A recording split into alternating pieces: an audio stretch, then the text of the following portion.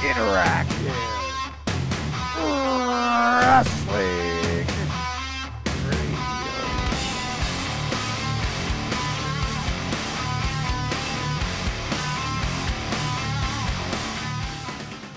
Hello, everybody, and welcome to a special edition of the Interactive Interview. As always, we're courtesy of ProWrestling.com, statistically the #1 wrestling website on the internet today, and our special guest is a legend of the ring, a former member of the Four Horsemen. Please welcome Tully Blanchard. Tully, how you doing? I'm doing great. Great to hear that. First question we have for you, and so you know, a lot of these questions came from the internet and your fans on the internet. First question we have for you is, since your father was involved in the business, did he at all encourage you to get involved?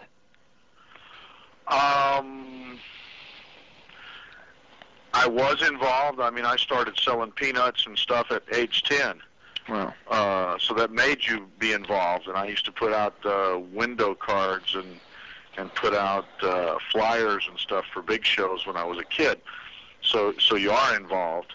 And then he encouraged me to, I mean, he gave me jobs to do, setting up rings and stuff like that. So I mean, you just there, so you get involved. Who were some of your favorites to watch when you were growing up? I didn't really have. I mean, when I was in high school, I played football. I wasn't really a big wrestling fan, and didn't go to the wrestling matches much when I got past the age of selling peanuts and soda pops and stuff like that. But when I was learning the wrestling business, the people that influenced me were probably Terry and Dory Funk and Harley Race and Flair and Wahoo McDaniels and Johnny Valentine and the people that were the great ones of their time. You played college football with Tito Santana and Ted DiBiase. How far did you take that career? With, who was the first one you said? Tito Santana. Your football days, yeah. Yes. And the question was, again, I apologize, I was concentrating on Tito. How far did you take your career in football? Oh, I just played in college, and that was, I started 3 years at quarterback at West Texas State, which is now West Texas A&M. And Tito Santana was a very good football player. He played a year up in Canada, and then was the last cut with the Kansas City Chiefs 1 year, and then came with me to Florida, and which was the first place that I went to wrestle, and he came down there to learn and started, and then he got a job up in Atlanta, and then his career went on. Who trained you for wrestling? My dad did a little bit. Jose Lothario did a lot, and then a lot of in-the-ring experience from people that. Go ahead. No, sorry. Go ahead. Continue. No, just guys that my dad would book me against that were veterans and taught me to be a ring technician. But I think one of the biggest things that helped me learn to do what I did was the fact that I refereed for 3 years. And instead of being in the ring once a night, I was in the ring 5 or 6 times a night, and I was involved in main event matches, and I saw how the greats of that time performed and executed the things in the ring, and it probably accelerated my career by 10 years. Did you ever try to change any of the things in your father's promotion? I changed a lot of the things in our promotion. Could you name anything specifically? Oh, I was the booker and did the TV show, and I did a lot of that kind of stuff. The things I didn't do was go book the buildings and book the towns. I scheduled the towns, I booked them, and produced the TV show for quite a while. And when we first got on the USA Cable Network, I was booking and doing the TV shows then. How did you enjoy teaming with Gino Hernandez in World Class? Actually, we were not in world class. You weren't? I never really worked for Dallas. Oh. But Gino and I were partners in Houston and in San Antonio and around, and we had it was a very good combination. We did very well in those cities for a couple of years, and Gino had his quirks, and as all of us did, but he was a professional, and when it came to doing stuff in the ring, he executed and did stuff very, very well, and we worked very, very well together. In very recent years, the drug use in the business has become a very dangerous fact.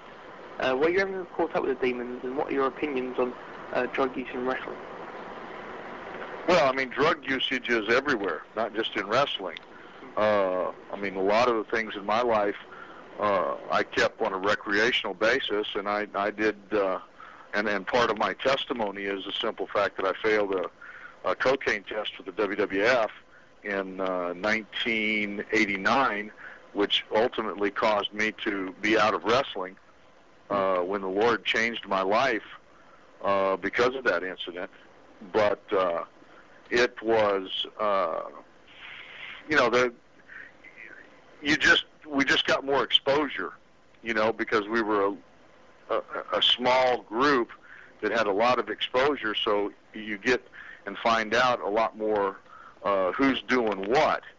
But, I mean, it's no different than a lot of corporations and a lot of other things that guy, I mean, when I used to go out at night and go to a nightclub, I mean, half the executives and wannabe executives were all over there snorting cocaine in the bathroom and chasing girls just like I was. Here's a question from forum member Mr. Rick Bear. He wants to know if you have any opinion on the death of Gino Hernandez. Do I have any opinion on the death of Gino Hernandez? Yeah, certainly. Other than the fact that he overdosed on cocaine, or there again, I just assume it was cocaine because that was his drug of choice. Whenever I was around him, I didn't know that there was any other opinion of that, or any other thoughts on that. Another question. This one's from Rusty Brooks. He wants to know if you had any idea that the Four Horsemen would be as big as it became. Nobody had any idea that the Four Horsemen would be as big as it became because it wasn't a promotional generated thing. I mean, we didn't sit up in a room one day and said, we're going to start calling ourselves the Four Horsemen. And we were just booked in an 8-man tag match, and Rick was advertised as Ole Anderson's cousin, and Arn was advertised as Ole Anderson's nephew. So those three were family, and it was logical for them to be in there. And then they added me to the group just because I had a feud with with Dusty Rhodes in the thing. And Arn called us the Four Horsemen, and it caught on. And the wrestling fans really, the more they kept scheduling us in 8-man tag matches, the more that caught on, and there for a while. And then the fans really are the ones that created the group, and anything that would be fan generated is so out of the norm for that business, it couldn't help but be overwhelmingly successful. Daniel, take the next one. You just mentioned it, but what memories do you have of the feud with Dusty Rhodes? What happened to the feud with me and Dusty? No, what is your memory? What memories I have? Yeah. Yeah. Large paychecks. Lots of main events. It was Dusty was a very, very talented guy, and a lot of people had a lot of negative things to say about his abilities, which I think were all disproved. He had a lot of short matches in his career but for 4 years when he wrestled me most of the time, he had a lot of long matches in his career, and people didn't always think that he had the ability to do that. But he was a great athlete, played semi-pro baseball and college football, and was a dynamic entertainer and performer in the ring. And I was fortunate to be in the position where I was the name that they wrote down a lot for 4 years, and it kept my career booming. A big debate that's been the talk of many of the listeners of the show is how do the Horsemen compare to the NWO?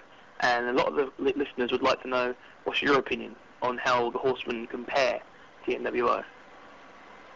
Well, it's imitation is the greatest form of flattery, and the success of the Horsemen has always, they've tried to duplicate it. They tried, when Arn and I left and went to the WWF in '88. They tried to stick everybody they could in there to get to get it to rework, and it didn't, because they didn't take in mind the fact of the chemistry involved. Okay.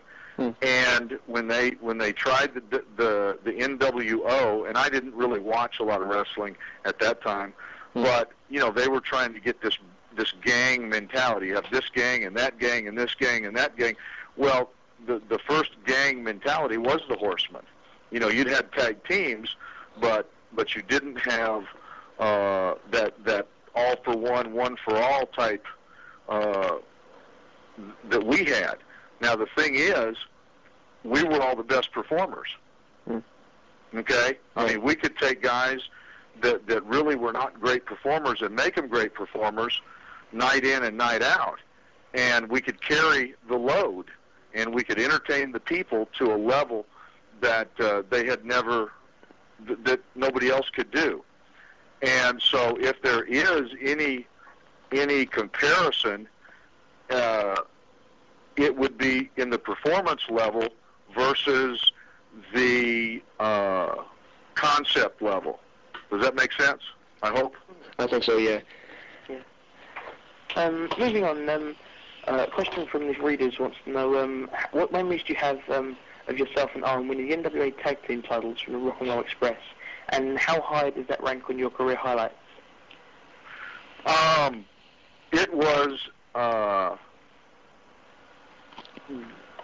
was always a joy to wrestle Robert and Ricky, because I mean the wrestling fans loved them so much, and so it was easy to have matches with them, and winning the tag team championships. I mean it's the wrestling business is not. It's a performance. It's a real interactive performance. It's not who you actually go out there and beat.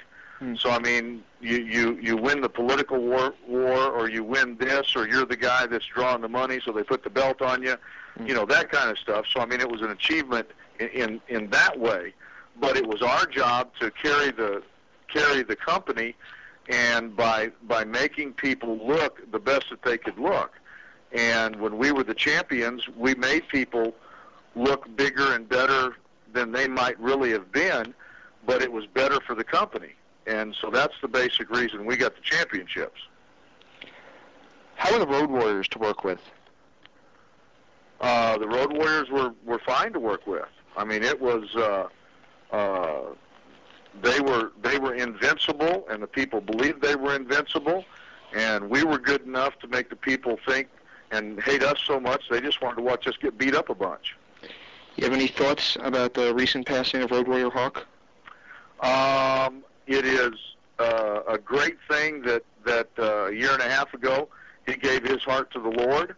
I know where he is, but it is very, very sad in the fact that a life ends at 45 years old. It's just somebody that you have spent hours in the ring with, and you know, working with and doing things, and there's a lot of memories that I have of him and Animal and the things that we had to do to make our company successful. And you know, when you spent that much time sweating on a guy and bleeding on a guy and him sweating and bleeding on you, you know, it's just a sad thing. How'd you get along with Lex Luger? Lex Luger? Mm-hmm. I guess we got along okay. I mean, it was, you know, we didn't really have a lot in common.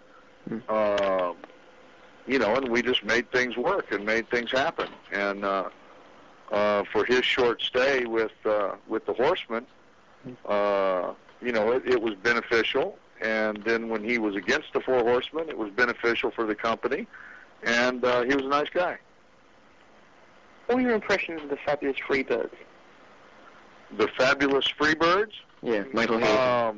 They were successful. I mean, they did a good job with World Class and Michael Hayes and Gordy were good performers, and Buddy Rogers, Buddy Roberts, not Buddy Rogers, Buddy Roberts. You know, was God. I wrestled him for 100 years. It seemed like hours and hours and hours and hours with Johnny Valentine critiquing us when he wrestled for us as Johnny's brother. And you know, I mean, I got a lot of time and a lot of respect for those guys. You had some of the formative matches with Sting when he teamed with Barry Windham and Dusty Rhodes. Did you see Sting to be the big star that he became? Yeah. I mean, it was. I mean, he had tremendous charisma and stuff. And you know, I mean, it is if you can carry the push, if you've got the charisma and the natural ability to carry the push, and he could. I mean, time proved that. I mean, Arn and I wrestled him and Nikita Koloff in Baltimore one time. That in a 20-minute time limit draw. That was one of the greatest matches ever. And when he put the Scorpion Deathlock on me, yeah, the place exploded. And you know, it was just he was a very talented young man. What led to you leaving for the WWF? What led to me leaving? Yeah, to go to the WWF. I wanted to go back and reform the Four Horsemen. No, going to the WWF. Oh, yeah, I guess. I'm sorry. Go ahead, Daniel. You previously worked in the NWA and then moved to the WWF. Comparing the two companies together, what were your impressions of the two when they compare or contrast? Well, when I left and went to the WWF, it was still the NWA, and right. We worked for Crockett Promotions, and they hadn't sold their company to TBS yet. And it was a wrestling company. Vince's company is a wrestling company, and it was just a different cities, different promoters, but mostly it was a different philosophy on what they were trying to accomplish each night. You know, one's demographics were basically blue collar, beer drinking people from 21 to age 36, and then the other one's demographics were like 10 to 21 kids and teenagers, and a lot of that was just the makeup of what the WWF had been for many, many years, and what those kind of things were. But you know, I mean, they were not into blood, guts, and they were into shows a little bit more. So I mean, it was a little bit of an adaptation, but the wrestling fans appreciated the things that Arn and I did, no matter at what level. Yourself and Arn won the WWF Tag Team titles from Demolition on an edition of Saturday Night Main Event. What memories do you have from that match? It was a great match. I mean, the biggest memories I've got from the WWF were the simple fact that Dick Ebersol, who was the president of NBC Sports at the time, requested that Arn and I be on every show. And we were on 4 of the 5 events in 1989. And, that was a great thrill that he requested us. And they put us right after Hogan on TV, and we kept the ratings up. And so that was kind of a big plus. You also worked with the Hart Foundation at SummerSlam 1989. Did you see Bret Hart as being the big star he became? Bret Hart was a very good technician and was a great wrestler. And, we had some great matches with those two guys leading up to SummerSlam. And there again, Bret was capable of carrying the push that he got. And see, that's a lot of the image you portray. Can the wrestling fans follow and believe what you say and do? And so that's kind of where that was, and he could easily do it, and he did it. So that's a good thing. You were managed at that time by Bobby Heenan. How do you get along with Bobby? Don't really get along with. I haven't talked to Bobby in years, and I've got some, and I don't really have anything. We're just out of the way and haven't talked to him in a long time. Not to sound like I'm stirring anything, but in a recent interview we did with him, he said you, quote, have a chip on your shoulder. And a couple other people also said that. Do you have any response to that? What? I don't know. He just said you generally have a chip on your shoulder. That's pretty much his quote. I generally have a chip on my shoulder. Yeah. That could be easily understood because I don't like to talk. I wasn't. I took care of my business and stayed very much to myself. So anybody that is I've taken personality tests since then with companies and stuff that I work for. And my basic personality is to be an introvert, and introverts stay to themselves. And when you're in a group or a big room of people, anybody that stays to themselves and is not outgoing and gregarious gets whatever else the case may be, And I can't help the perception that people have or did have on me. I enjoyed work. And that's about where I was. I let my performance in the ring do my talking and where I was, and then I went about my business. What was the reason behind your short stay in the WWF that time around? That's the only time I was with the WWF. I could have told you that, Daniel. And I left the WWF because Arn and I wanted to get one of those big lucrative contracts that WCW was passing out, and that's why we were going back to reform the Four Horsemen. How did you enjoy your stay in the AWA? I didn't really have a stay in the AWA. I worked up there a couple of shots. I didn't really work for them. What led to you deciding to stop wrestling full time? Well, in November of 1989, the Lord changed my life. I had never known who Jesus Christ was or have any idea of a spiritual side of life. And on November 13th, 1989, I was awakened to Christ in my life, in the presence of God in my life, and He had a different plan for me. And He changed many aspects of my life, drug usage, alcohol usage, chasing women, a lot of those things. And I now spend the majority part of my life traveling and speaking to people that are incarcerated or people that are just hurting and bound up with drug addictions and alcohol addictions and wanting to know how to get their life back on track. And the only thing that will fix that is when your heart gets fixed, and only God can fix a person's heart. If it's not too personal, can I ask what helped you find Jesus? Flunking a drug test and being fired by 2 wrestling companies. Years later, you did the Heroes of Wrestling pay-per-view. What did you remember of that evening? What do I remember of that evening? Yeah. I'm old, I'm fat, I'm out of shape, and still had the best match.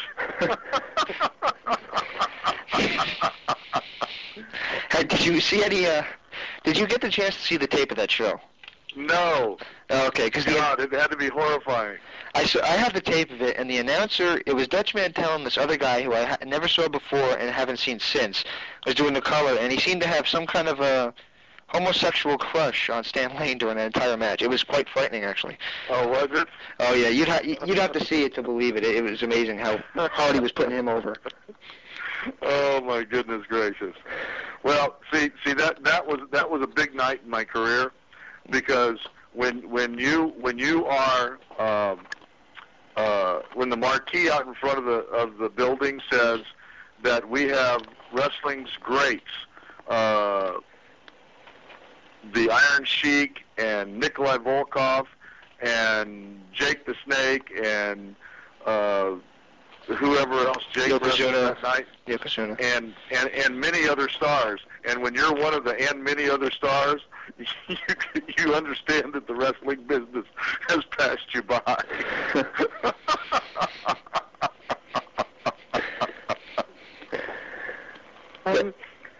When Vince McMahon bought W, pardon me, go ahead.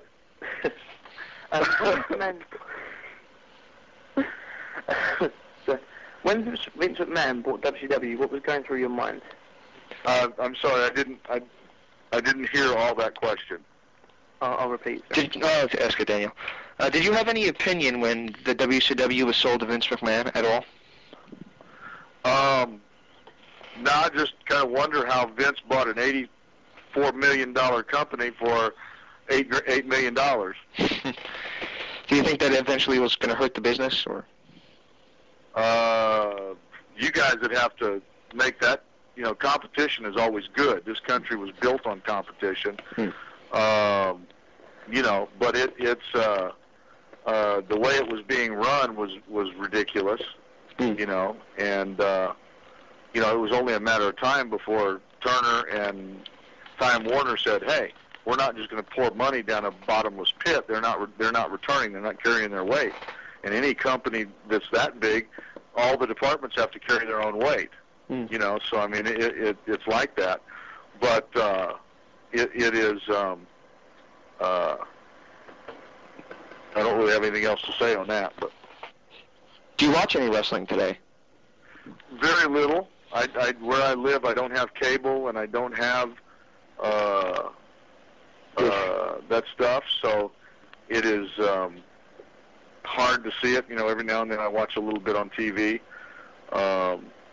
When I'm in a hotel room sometimes, but I watch very, very little. Do you keep in contact with anybody from the old days? No, not really. I guess the one I probably talk to the most is Shawn Michaels. His life, he's gone through a life-changing experience with the Lord a year or so ago, and so I talk to him occasionally just to see how what's up and how he's doing. And well, we'd like to now go into the word associations, if that's okay with you. Basically, we'll ask you, give you a name, and then you can either give your first reaction to that name, or if you've got a story you'd like to tell, you can tell the story. Is that okay with you? Okay. Excellent. Okay, the first name on the list is Arn Anderson. Arn Anderson? Yes. The Enforcer. Baby Doll. Baby Doll. A bombshell that could whip everybody in the room. Missy Hyatt. Missy Hyatt? Yeah. Don't know her well and really don't have any opinion. Ole Anderson. Ole Anderson? Mm-hmm. He was one of the people that I learned stuff from, because he took the wrestling business from a very matter-of-fact level, and instead of emotional, and it really helped me at different times. Johnny Valiant? Johnny Valiant? Mm-hmm. Knew him very little. Jose Lothario. Do what? Jose Lothario. Jose Lothario was one of the greatest performers that the business ever saw. Sid Vicious? Sid Vicious, the only time I think I ever met him was at a gym in Memphis one time, and really don't have a big opinion. He's a great big guy, though. Randy Savage? Randy Savage made a lot of money and was a great performer. Ric Flair. Ric Flair, at certain times of the business, he was one of the best champions that the business ever had. Hulk Hogan? Hulk Hogan was probably the closest thing to Ed Strangler Lewis that the business has seen since Ed Strangler Lewis. He just dominated box offices, and it didn't make too much difference who he was wrestling there for quite a while. Jim Crockett? Jim Crockett, successful, and didn't know how successful he was, or could have been. Vince McMahon? Vince McMahon, the smartest guy in wrestling. Daniel, you have any? No. Do you have any more, Dan? No, I don't. We really appreciate this time, and is there anything you'd like to say to your fans? I just appreciate the people that still remember, and thank you for being part of the interactive interview, and it's just been fun doing this. It was fun having you on, and we really appreciate it. It's been an honor for us. No problem. Stay tuned for more from the interactive interview. Enjoying what you're hearing? Be sure and check out WrestlingEpicenter.com on social media at Facebook.com/WrestlingEpicenter, on Twitter at James Epicenter, and of course, WrestlingEpicenter.com for 24-hour news updates, our interview archives, and all the other information you've come to expect from the Wrestling Epicenter. Hey, this is Devon Dudley of the Dudley Boys, and you are listening right now to Interactive Radio. Oh, my brother, testify. But if you want to unbreak my broken heart, girl, you don't have much time. Take my finger off the trigger, 'cause I'm gonna pull it. It's getting too late for a second shot, girl, before I change my mind. It's just another case of love and bullets.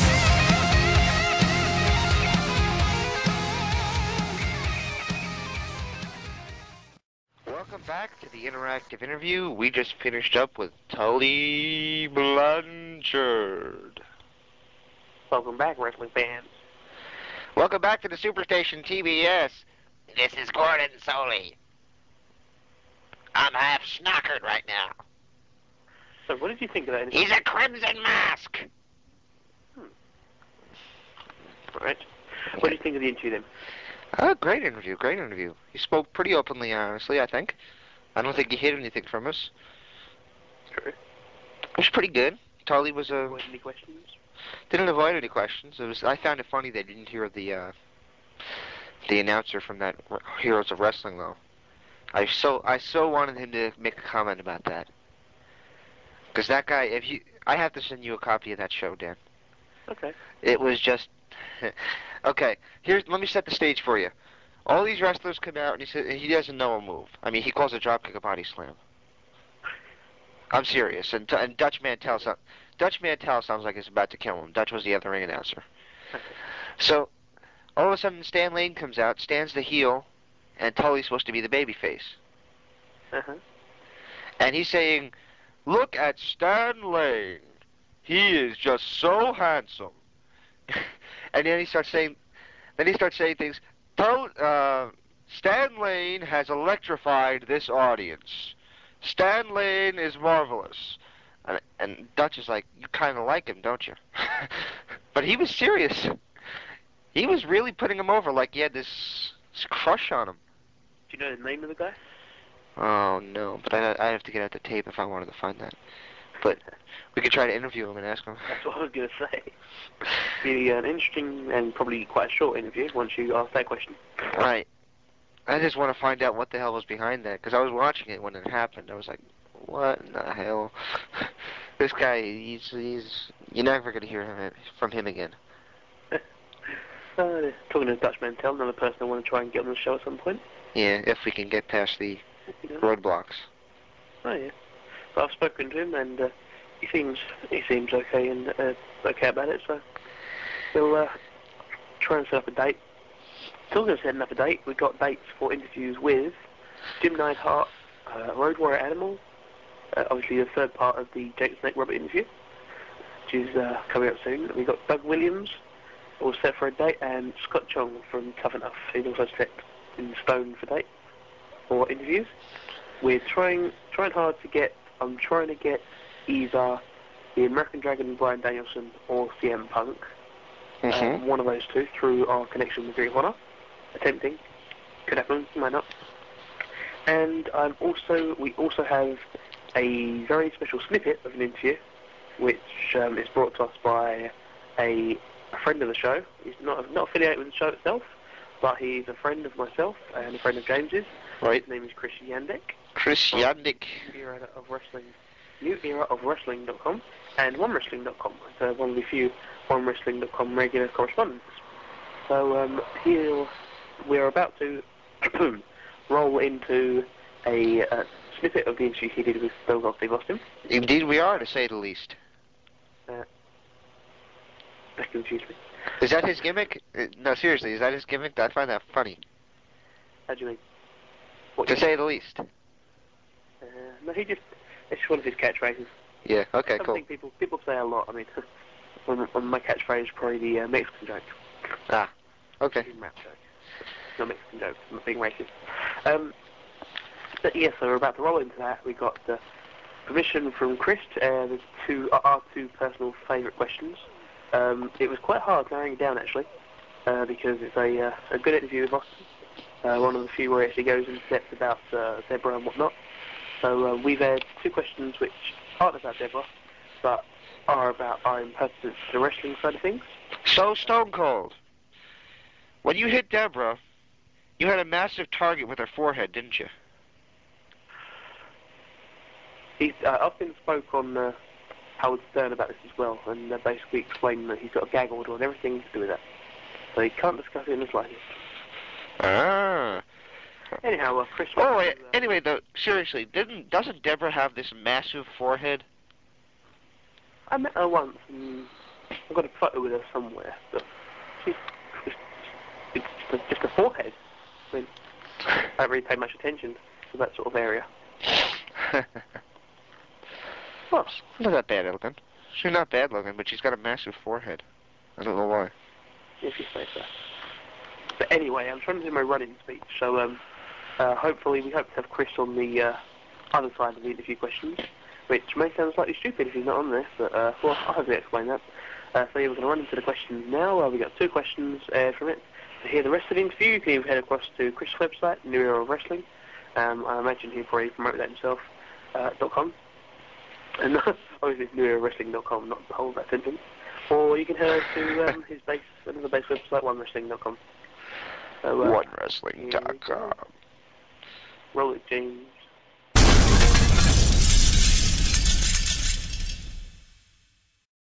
All right, sports fans out there, that's right. It's Brutus, the Barber Beefcake, and you are listening to Interactive Wrestling Radio.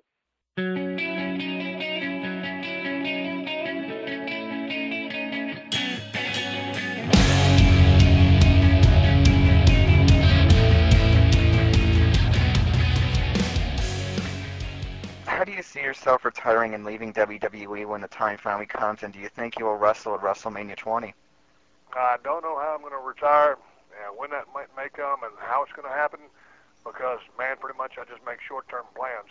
I don't really sit around and think and plot and, map my life out. I got a brother that can tell me what he's doing in 1 or 2 years, guarantee on a calendar. As far as WrestleMania 20 goes, I'd say it's a possibility that I would get in the ring again. Not a good possibility. I got to look down the road, and like I said, when I don't make long-term plans, the only long-term plan I make is as far as my quality of life in 5, 10 to 15 years, and not to get too stove up, because you go in this business and you do everything that you do, and so you save your money, and then if it all just because of your negligence or you're not thinking things out, to the nth degree and getting great medical advice, you end up in a wheelchair. What was it all worth? Yeah. Not a whole lot. You dedicate a chapter to Owen Hart and how the whole neck injury came about. What were your thoughts on the night that Owen Hart passed away when you had to wrestle the main event with The Undertaker at Over the Edge? I'll tell you what, that was one of the weirdest things, in my life. We're just hanging around backstage, and I remember me and Undertaker were actually talking, and then we just got word back at Owen had fallen, and we all knew that he was going to do the deal, from the harness from the arena roof. Yeah. And then so we knew when they said he'd fallen, we knew that it was going to be bad. I didn't know how close to the ring he was, this, that, or whatever, but I mean, when they brought the news back, it wasn't good news. And then shortly thereafter, just literally, 30 seconds to a minute, it came back that Owen was dead. And hey, you're fixing to go out there and try to entertain 18,000 people, and you just realize one of your buddies has died in the ring, and that the show is going to continue. Well, I'll just say this, every time I go to the ring, you get an adrenaline rush. But that night, I don't remember feeling anything.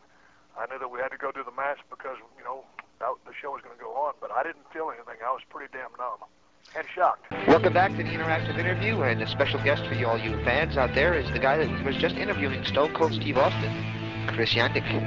Hey guys, good evening. And for those of you who don't know who I am, my name is Chris Yandick, wrestling journalist. I just celebrated my 3rd year in the wrestling business. I've done 140 wrestling media interviews in my last 3 years.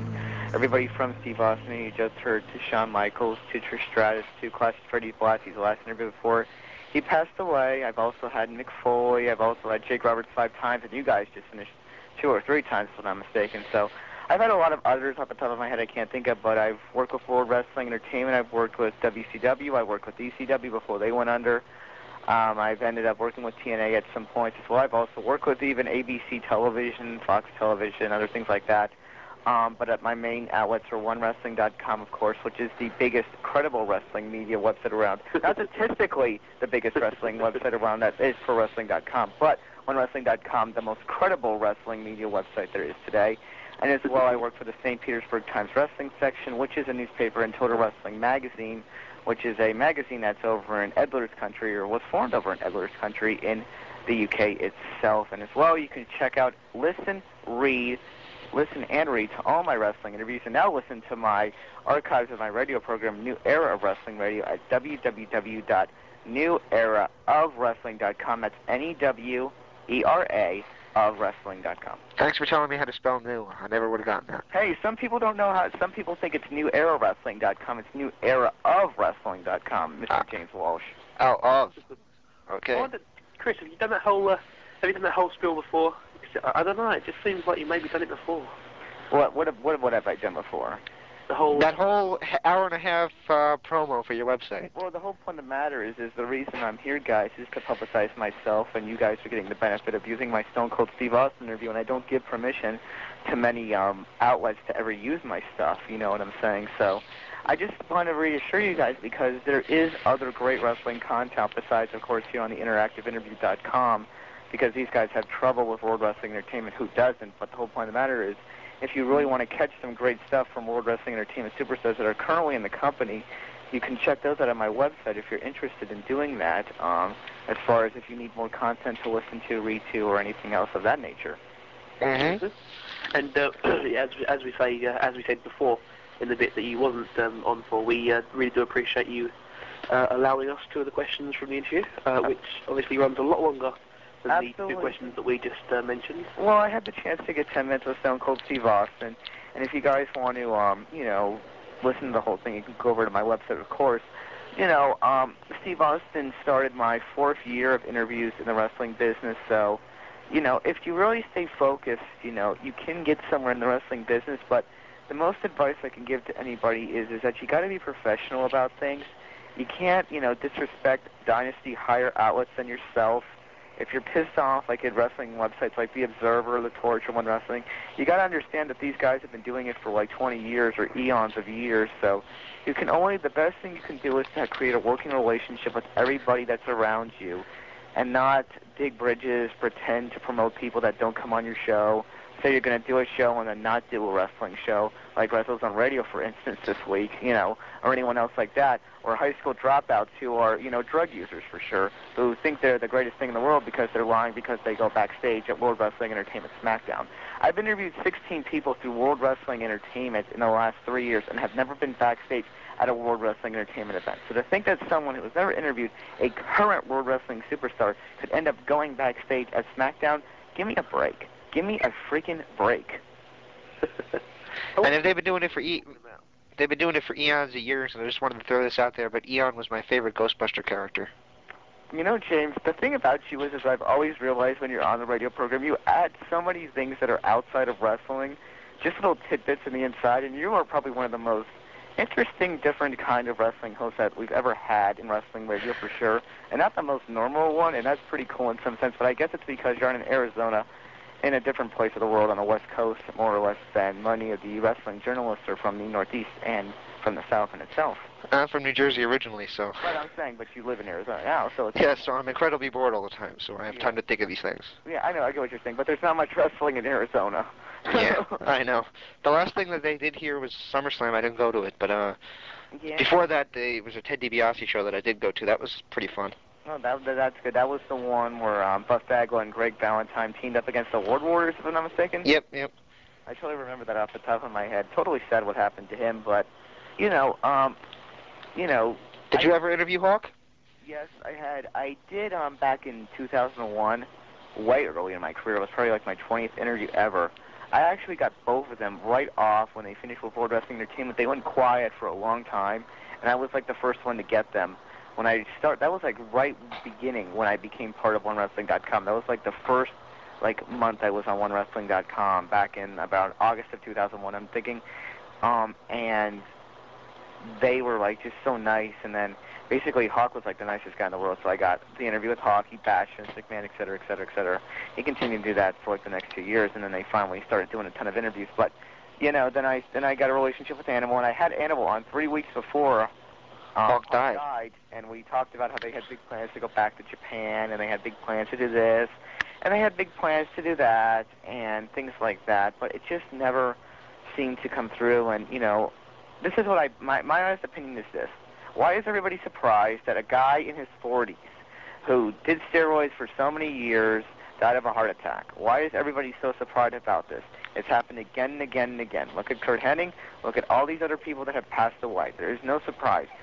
I guess the bet right now is to say what's the next 80s wrestler from WWF, WCW, whatever, is that who's going to die next? Because I actually, if I could jump in here, I am pretty close friends with one of the, as you put it, 80s wrestlers, and they have pretty much said to me that the only question that all his friends keep asking himself now is who's next? I mean, am I next? Well, it's so easy you can put a bet on it, but the thing I like to say is about one of my great friends, and now one of your great friends, or one of your great affiliates anyways, Jake Roberts. The thing is that no matter how bad he abused himself, no matter how he's cleaned himself up, it just seems that Jake Roberts seems to live past all these other guys when everyone thought he was going to go first. He's like Keith Richards. He can't be killed by conventional weapons. I'm just saying, it's just like he continues to be here, he continues to be part of wrestling, whether it be a wrestling school way or everything else, and Daniel knows this the best, but the whole point of the matter is I'm just saying he continues to be around, and everyone dies before he dies. It's just American. Look at Davey Boy Smith, another great example of what happened to Road Warrior Hawk, Why should you guys be surprised? You know what I'm saying? Why should anybody be surprised about any of these wrestling deaths at this point? I'm sure not. You know what I'm saying? I think the reason why, especially in Hawk's case, is because he just came off of WWE TV not long ago. Well, I think plus when you think about it, Hawk It was was a 3-minute match. It was a 3-minute match. true. He But came out, he did a choke slam, he got up, he ran out of the ring, one of them got pinned, that was it.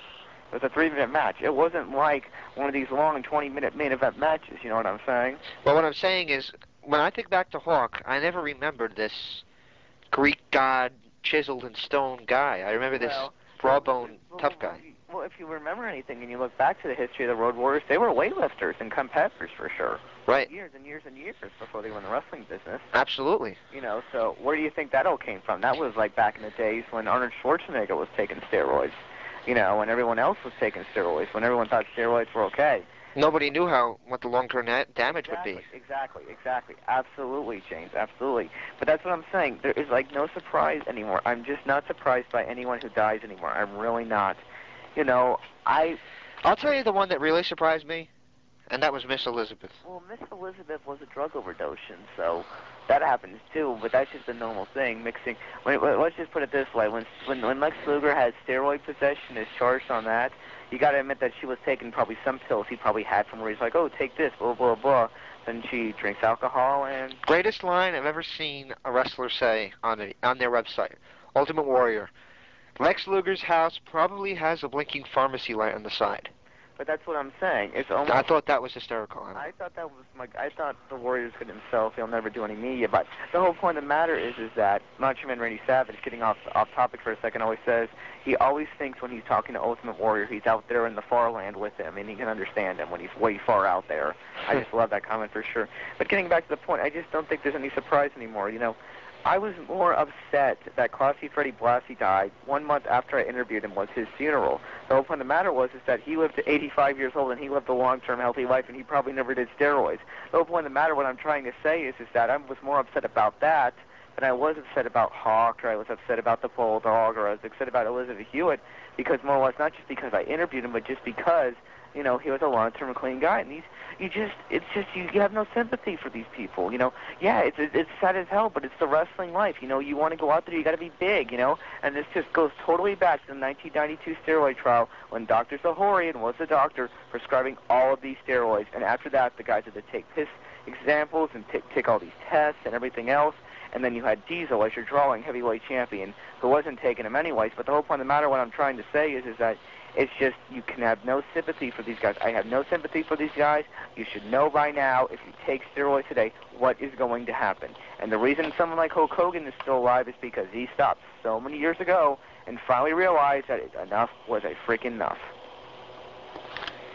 Wow. I'm still here.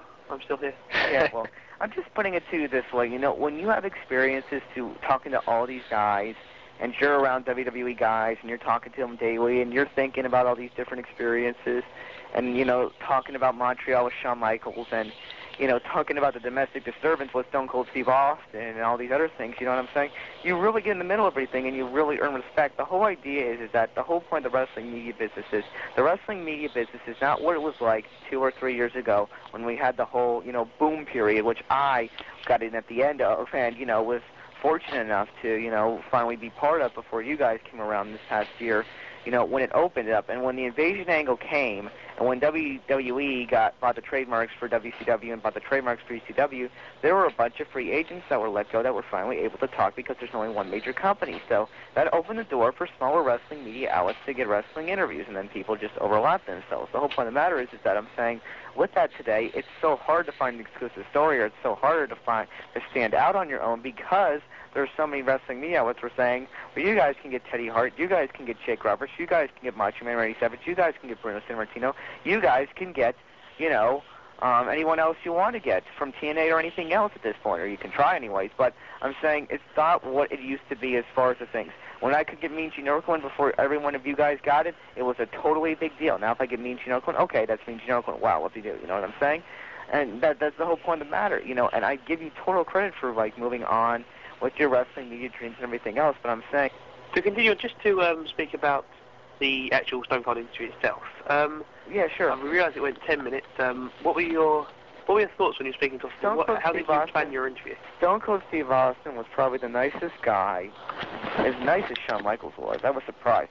when I went into my Shawn Michaels interview, just getting off topic for 1 second, I was not expecting him to talk about Montreal and talk about all these other things like he did, and I thought he was totally honest and nice about all those topics in the first place. When you say he's honest, did he bullshit you and say, I know nothing about it? No, he gave a long comment about Montreal. If you want to go, maybe we'll put that interview. Maybe we'll put some of that interview on your radio show in the near future, and people can listen to that for themselves. I have no problem with that. Sure. As that was from last year, I had a chance to talk to Shawn Michaels. But did he give you the bullshit answer of, I knew nothing? I swear to God, Brett, I knew nothing. Bullshit. Well, this was after the confidential special, so okay. They already knew that he was going to be asking those things anyways. But moving back to the Stone Cold Steve Austin interview itself, I thought he was a nice guy. I probably thought I could have gone another 10 minutes with him, but I had my questions, and I got out there with the question I wanted and the answer I wanted for the domestic disturbance in itself. Hello? Yeah? Yandig has turned away from us, and I'll get a breath now. Daniel, what do you think of what he's saying? It's, yeah.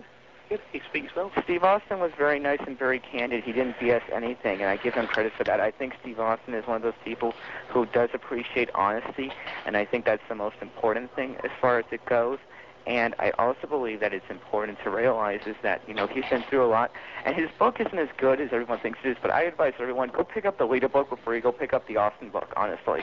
Why do you say that about Lita's book? Well, I read Lita's book, and I was supposed to interview her, but it was like the weirdest situation going into another fast story about World Wrestling Entertainment in itself. The idea is that I was supposed to interview Lita, and then I didn't interview Lita, but yet I get put on the Steve Austin media tour, and she gets no coverage whatsoever for her book.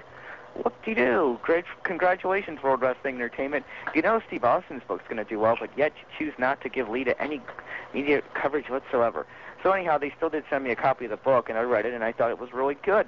She was so open about everything. She's like, I don't think Vince McMahon felt this way, so maybe that's why he was doing this for me to make me feel better about this, and so forth and so forth. She said everything with an open. She did not kayfabe anything.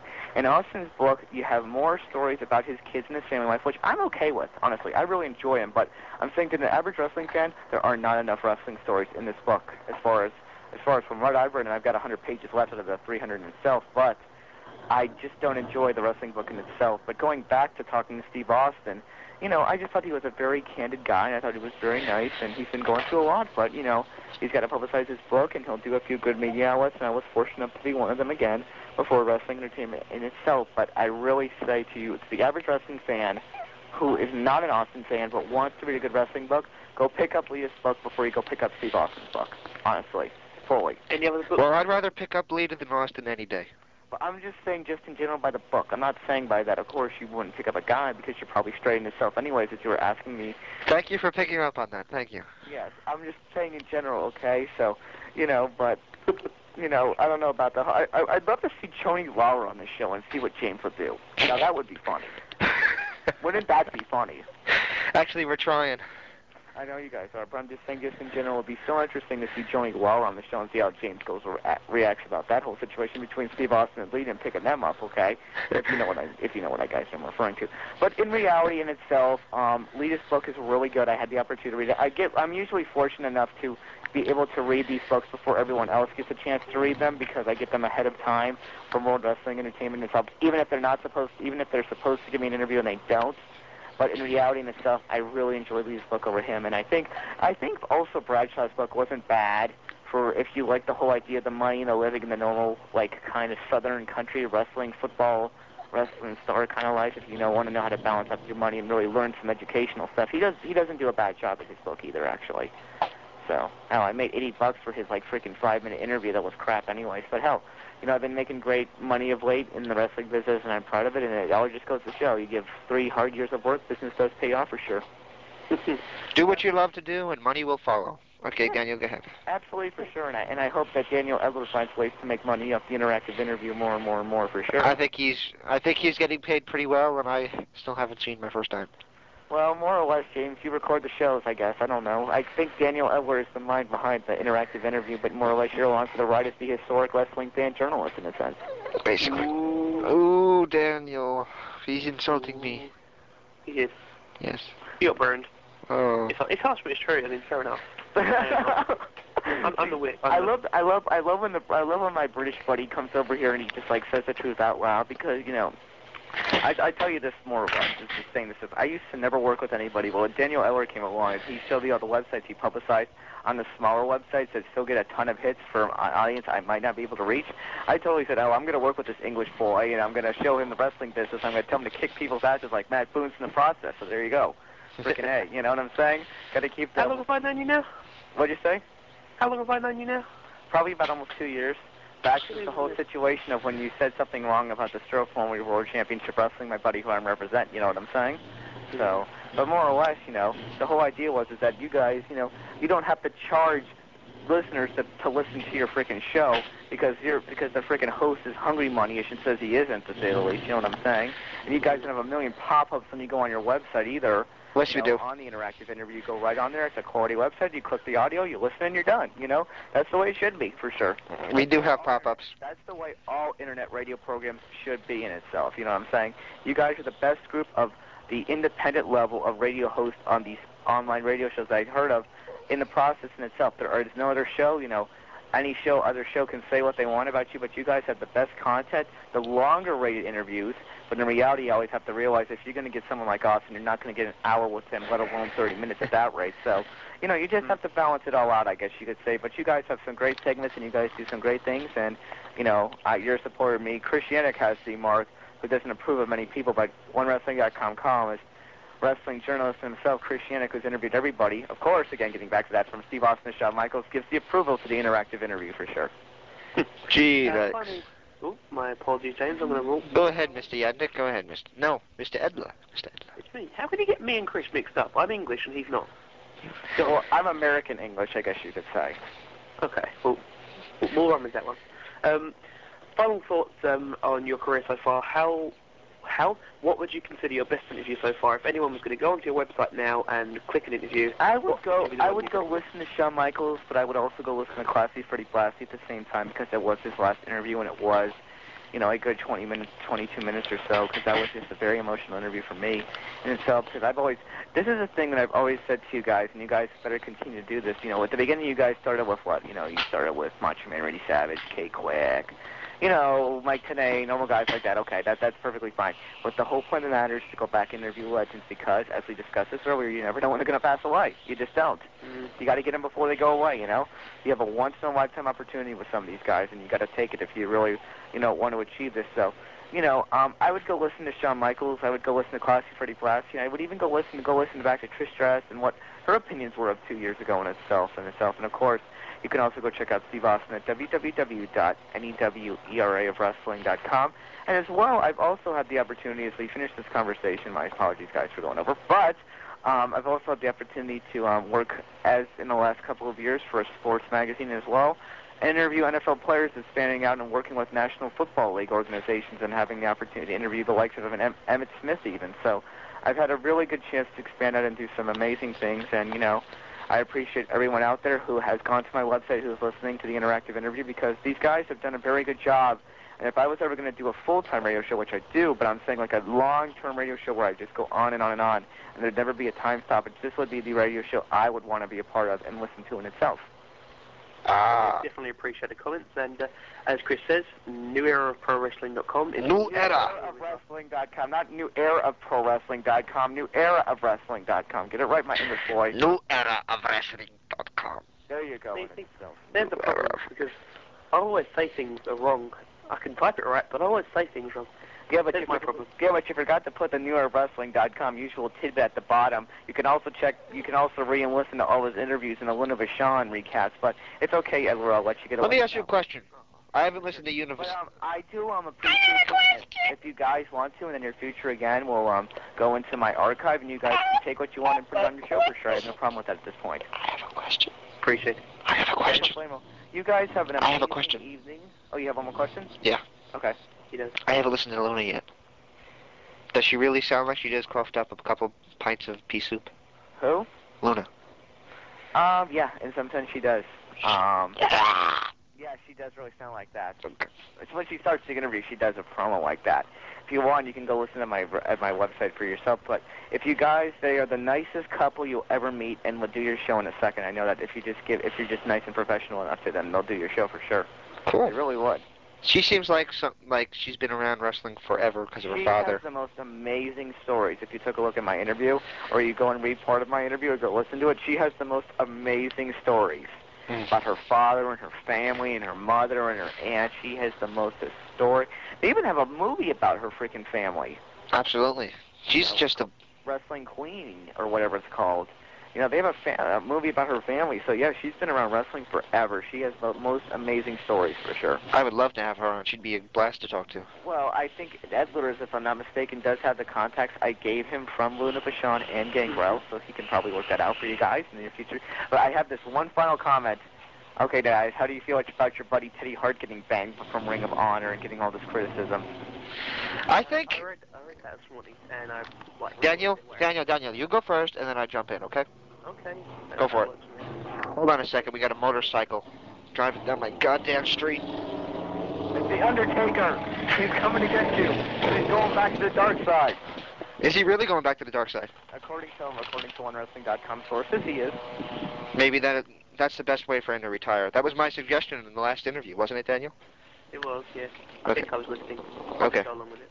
Okay, go ahead, Daniel. Go ahead, Daniel, about Teddy Hart. Teddy Hart. I seriously think that the kid is a great talent and he's a nice guy and that, but for what he did at Ring of Honor, he deserves to be kicked out of Ring of Honor. That was completely and utterly stupid. And Teddy, if you're listening, or if anyone gets in, if it's back to him, Teddy, what were you doing? You want my opinion? No, but you can I think you guys should interview him again and get him on here and get his comments himself. Maybe we should. All right, my opinion quickly. Teddy Hart is a great talent. I enjoyed watching him wrestle, but he has that look where he knows, and he probably is, better than a lot of other people. And I think if they wanted to lose to somebody like the Backseat Boys, who, if I'm not mistaken, it's Trent Acid and some other guy. And Homicide, I believe. No, not Trent Acid's Homicide. It's Trent Acid and what's his name? I can't think of. Justice Pain, I think? Yeah. Well, Trent Acid's biggest claim to fame is doing Missy Hyatt in the butt. Are you serious? Yeah. And how do you know that? She said it. Are you serious? Yeah. Well, you guys have when did you guys have Missy Hyatt? We didn't. I heard another interview. I'll explain it to you after. Are you freaking serious? Yeah, I'll tell you as soon as... I know that she's a freaking whore and everything, and I know all the stories, but come on. Seriously, I didn't know that. I'll tell you after we get off the show, okay? Because I want to save that for the interview. Okay. Because that's going to be a great topic of discussion. My opinion is Teddy Hart's a great talent, and I think he thinks he's a little better than a lot of other people. And I personally... He's supposedly mentally retarded, too. Is he? Supposedly, according to one of my sources. I know someone back in 1998 who was a manager, won't say his name, but he met Teddy Hart, and he thought he was the biggest jerk asshole ever. Huh. I don't know. You're the only guys who have interviewed him. You know that, right? Yeah. That I've seen in like the last 3 years or anywhere interview him. Right. Seriously. Is that a bad thing? No, I'm not saying it's a bad thing, but I'm just saying that makes you show that he thinks he's bigger than he really is. Not saying the interactive interview doesn't make people famous, but you know what I'm saying. I'm just saying I didn't know of her. I didn't really hear of Teddy Hart till NWA TNA in itself. Exactly. I had heard of him, but I never had seen him. And the most I had heard of him was Bret Hart talking in an interview, saying something to the effect of Stu Hart thinks that his style of wrestling is quote good way to break your neck. No, okay. But anyhow, as you were saying. So anyway, I just think he's a great talent. I just think he has a little bit of an ego that he has to work out. I think he's going to have to earn his reputation on his own without, just... he might be another Michael Shane for sure. What's wrong with Michael Shane? Well, the whole idea of how he uses the whole Shawn Michaels character and how he's Shawn Michaels' cousin and how they, freaking TNA puts it over like it's the hugest thing in the world that he's Shawn Michaels' cousin. You know what I'm saying? I know the what whole heartbreaker thing in itself. Come on. It's the same thing. Teddy Hart thinks he's from the Hart family because he thinks it's a big deal. Just because you're from the Hart family doesn't mean you're anything special. You have to earn it. Unless you're going to write a book like Diana Hart and freaking get it pulled from the shelves about how freaking British Bulldog used to freaking rape her and whatever. She did? Yeah, she wrote a book about it. How he used to drunk, he would be drunk and he raped her, and they were husband and wife, but still. Oh dear, is that why it got pulled? I think I gotta go find that book too. I really want to take a look at that book sooner than later. I was supposed to actually interview Diana Hart. I never did that. And I was also supposed to interview Martha Hart, and that never happened as well. So they're really worried about their media. I'll tell you that much. But Bruce Hart is an interesting interview if you guys ever get a chance to interview him. I actually do have his number somewhere. I don't know if Edward ever got it from me, but I do. I think we have it. I think he has it. He should have it. But he would be an interesting guy to talk to if you guys want to talk to more about this whole situation, about the overseeing of the family, because Bruce really knows a lot about everything. Mm. But as we go, this is Chris Yannick of NewYorkWrestling.com and OneWrestling.com, and these are the guys from the interactive interviews. So remember this. You got to listen to the greatest internet radio program that's pre-recorded, and that's the interactive interview. And remember this. If you want to find the greatest wrestling interviews that are from the WWE, you go to NewYorkWrestling.com. But this is Chris Yannick, this is Daniel Edler, and that's James Walsh. Good night, God bless America, and good night, America. Good morning, America. Wait a minute, that's another show. Bye-bye.